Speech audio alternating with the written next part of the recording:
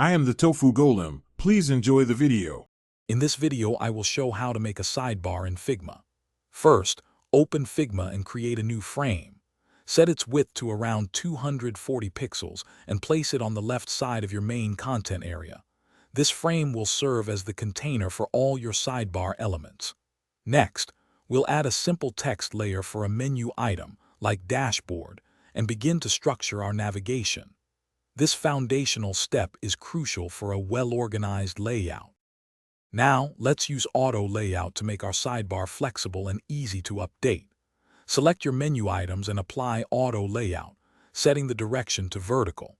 This ensures items stack neatly. Adjust the spacing between items to a consistent 16 pixels for a clean look. Grouping related links like settings and profile into their own auto layout frames can further enhance organization and maintain a professional appearance. To make your sidebar truly functional, we'll add interactivity. Convert your navigation items into components. Then, create variants for different states, such as default, hover, and selected. Link these variants using prototyping to simulate user interaction. This allows for a dynamic user experience where elements respond visually to mouse actions, making your sidebar intuitive and engaging for users navigating your design.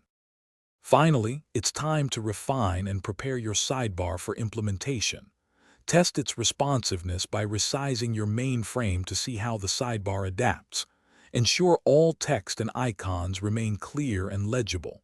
Optimize any images or icons within the sidebar for efficient loading times. When you're ready, export your assets, making sure they are high quality. Also, be sure to check the description for a link to the Shark AI Ultra Robot Vacuum and other great deals.